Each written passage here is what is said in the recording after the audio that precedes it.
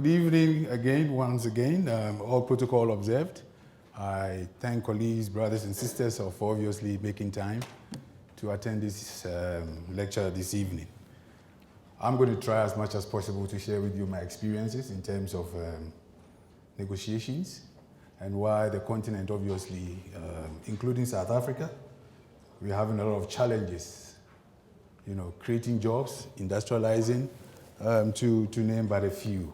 Anyway, so I was just observing some of the challenges and, having been traveling the continent and making comparisons to Europe and the US for the last 7 years, I've come to the conclusion, and also based on data that I'm going to share with you colleagues, that the challenges that we face sometimes is our own doing, because we really don't negotiate.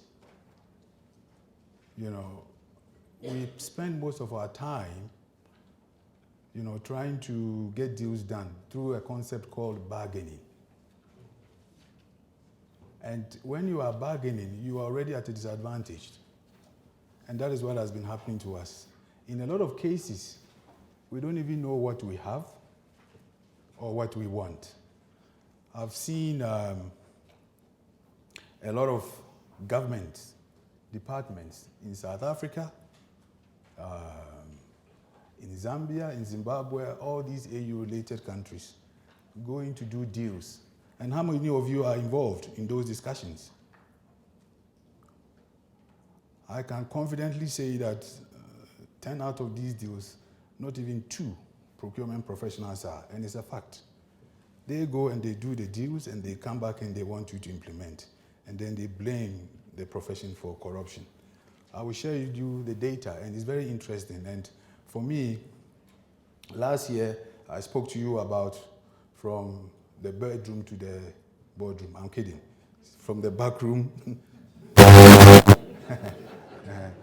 the boardroom. And this year, I'm going to share with you. Hopefully, the report will be out in July in terms of the statistical findings, which a lot of you can use to obviously convince the decision makers as to the need for bold decisions and change.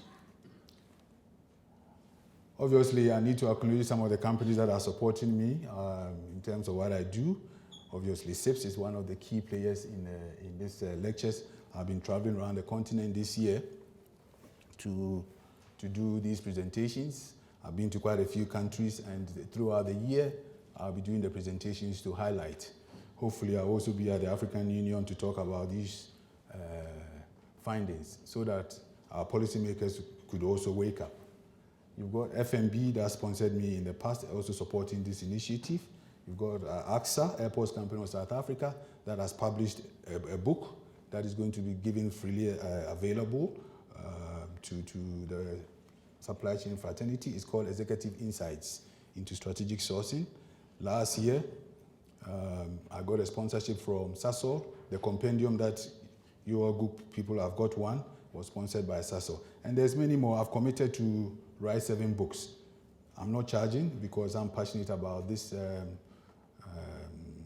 function, because I believe the only way Africa, we can build a better future for the African child is for procurement and supply chain to be taken serious. Without that, another 50 years we'll still be talking.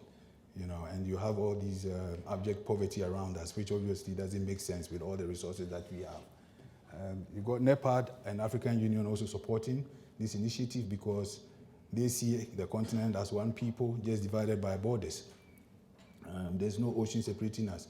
I always maintain that in the olden days, my grandparents may have been walking up and down like the Maasai in East Africa with their cattle, to find green pastures.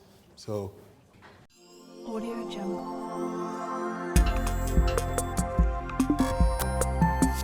Audio Jungle.